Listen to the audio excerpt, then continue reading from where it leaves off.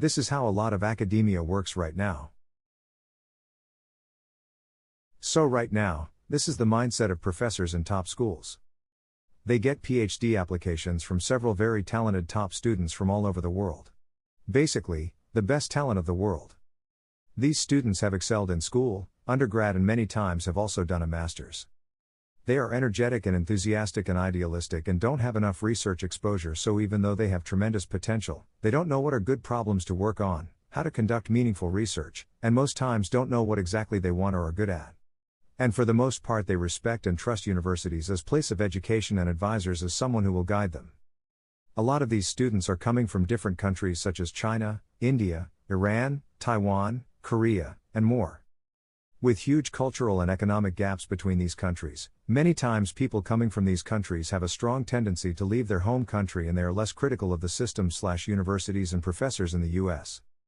For instance, if you are a potential PhD student in US, the universities invite you to the campus to check out the campus, meet the faculty and students, etc. And if you have already studied in US, you are very familiar with the culture, terrain, education system expectations, etc. And most likely your quality of undergrad education is much better than from international students from developing countries, even though students there could be highly talented.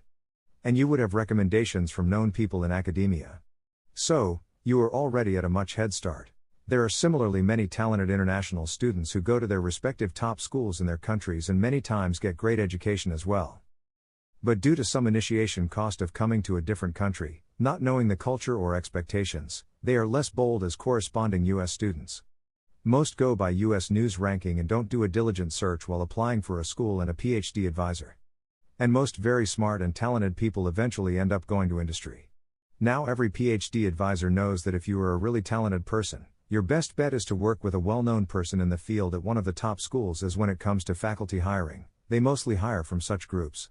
So, they know that if a really talented person, due to lack of enough exposure, comes to do PhD in a rather lesser-known school or advisor, they are naive, which many people are, and haven't done their HW right. Academia is a competitive place where every school wants the smartest of the people to come and churn out papers that maintains the reputation of the school and gets them funding. This is their business model. They know you will spend your 5 most important years in your life and leave. It is a low salary, temporary position, so don't have high stakes for them. Many times, working with an unknown advisor or small school or shallow problems is a dead end. After graduating, nobody will consider you for any respectable position other than industry. Academia is a competitive place where every school wants the smartest of the people to come and churn out papers that maintains the reputation of the school and gets them funding. This is their business model. They know you will spend your 5 most important years in your life and leave. It is a low salary, temporary position, so it isn't high stakes for them. For an advisor, you are their tool to keep their boat running. Their agenda is to write papers and you are that tool for them to get to either next promotion, next grant, or next paper. It is quite amazing to have a smart person under you for 5 years who can't just leave easily without seriously changing life paths, if things aren't working out and if they are unhappy, as it is in industry, who listens to all your ideas and writes papers for you, which makes your life much easier and enjoyable. Having academic freedom to work on anything and working with the smartest people on the planet to solve important problems is one of the most rewarding things in this world. Now this gets tricky here. There are many people, probably more than 90%, who are just gaming the system here. They know they have tenure so they can't be fired. And the students who are coming have no clue how the research market works or how to conduct meaningful research.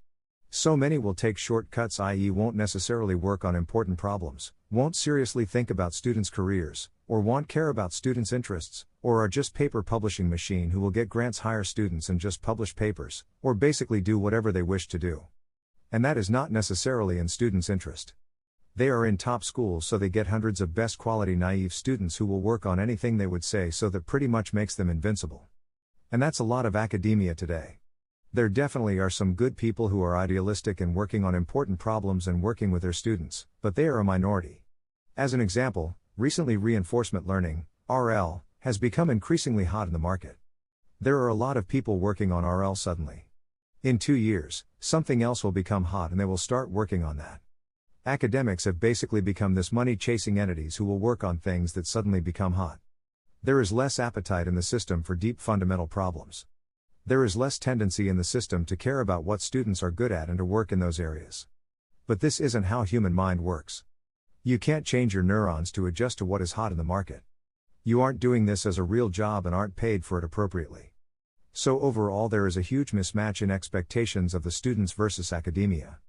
I think one easy way to correct this is to pressure the universities and ranking systems like US News to incorporate feedback from PhD graduates on how they rate their PhD experience and make that statistical information public.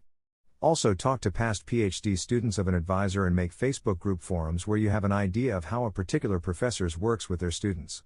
Overall be critical of the system as it is exploitative and isn't necessarily working in the favor of the students. Most people are graduating with PhDs or going to industry and aren't happy about it.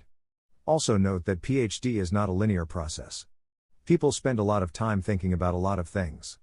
It is first time very smart people in their early 20s have seen real life and have so much to think and explore. You also want to live a life while doing PhD, as PhD is not the only thing you want to do. But you want to do that while being assured that your advisors, whom you have committed to for 5 years, would take care of things that you don't know much about, such as what are good problems to work on, how to do good research, etc. After you have joined someone, you are less critical of them, and you look ahead and think about life and research. And that's where the main problem is. Most advisors don't care about this aspect much. They just want you to graduate with anything and move on. Very few do, and they build good students. And their students do very well later in life. A general strategy that I see a lot of people using to get faculty positions is to just work in a hot area, get few publications out, get a job, and just keep writing papers as a job because that is what the system equilibrium is at right now. There are people who have done some deep work in their thesis who are now churning out 20+ papers every year in machine learning to get promoted. There is no appetite in the system and incentive for people to do deeper, meaningful work. And one of the main reasons is that the system works in such a way that they get students to work on any topic they want, so that's not a constraint. However, they can get money by working in the hot areas and by publishing more papers, so the system is driven towards that. But the receiving end of this are the students who are basically now paper writing tools. They aren't working on meaningful stuff. Nobody cares about what they are talented at, and there isn't anybody to guide them to do good stuff. Most people will just enjoy in their PhD, write few papers, graduate, and go to the industry. There are two ways to do academia. Either work on something from the start that is so in tune with you, and you are so good at, and that something flows out of you so much that you can do that for the rest of your life and be happy about it. Writing grants, and everything real worldly is a minor nuisance worth it for being able to do what you want to do, and there are many people in academia who do that. There are people who are 70+ still doing research, still writing papers, still excited about what they are thinking about and changing the world, the best people to be around with. Or just do it as a job and as an escape route from industry where you don't have to deal with a boss. No research is paper writing and grant writing. Get students, make them work on some problems, and nudge them to write papers, and enjoy life. That's most of academia, where these people are just managers. As a student you will hardly learn anything from such people and probably only learn by doing things yourself. Finally, know that at its basic academia is indeed paper writing and grant writing, when you become professor, and your papers are basically your currency. What you produce is what you are known for, and more than that, that is what you have indeed earned and can feel rationally proud of. This is basically the life of an academic, where you achieve deep knowledge of a field in your PhD and thereafter find important problems in that area that you decide, from your own judgment, are worth thinking about and worth spending your time on and make an impact in the world. You try to solve it, and if you do solve it, publish it and then move on to the next problem. And you keep doing that for the rest of your life, and in the process keep learning new things, keep your mind fit for the rest of your life, have freedom to work on anything in the world, have no boss, and interact with the smartest people. These are some publication stats of some people. Guy Bressler, professor, MIT EECS. He published 6 papers in 2021. Bruce Hayek, professor, UIIC. He published 2 papers in 2021. Venkatanantharam, professor, Berkeley EECS. He published 7 papers in 2021. Andrea Montanari, professor, Stanford. He published 16 papers in 2021. R. Srikant, professor, UIIC. He published 16 papers in 2021. Zachi Weissman, professor, Stanford. He published 10 papers in 2021. Hamed Hassani, assistant professor, UPenn EECI. So far in less than half of 2022, he published 23 papers. George Papas, professor, UPenn EECI. He published 46 papers in 2021. H. V. Poor, professor, Princeton EECI.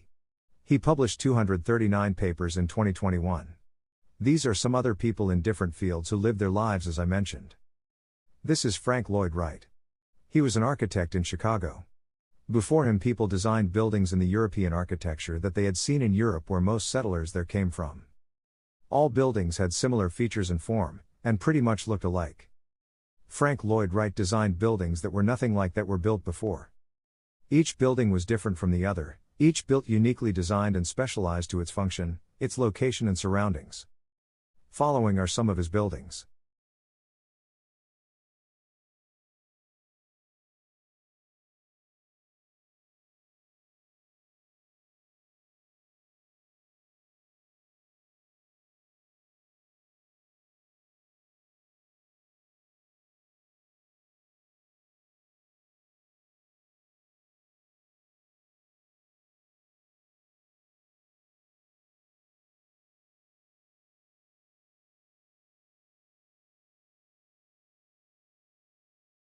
This is Pandit Ravi Shankar playing sitar at the age of 92 with oxygen tubes inside his nostrils. There are many similar people in academia whose work you can look at and see their signature in their work.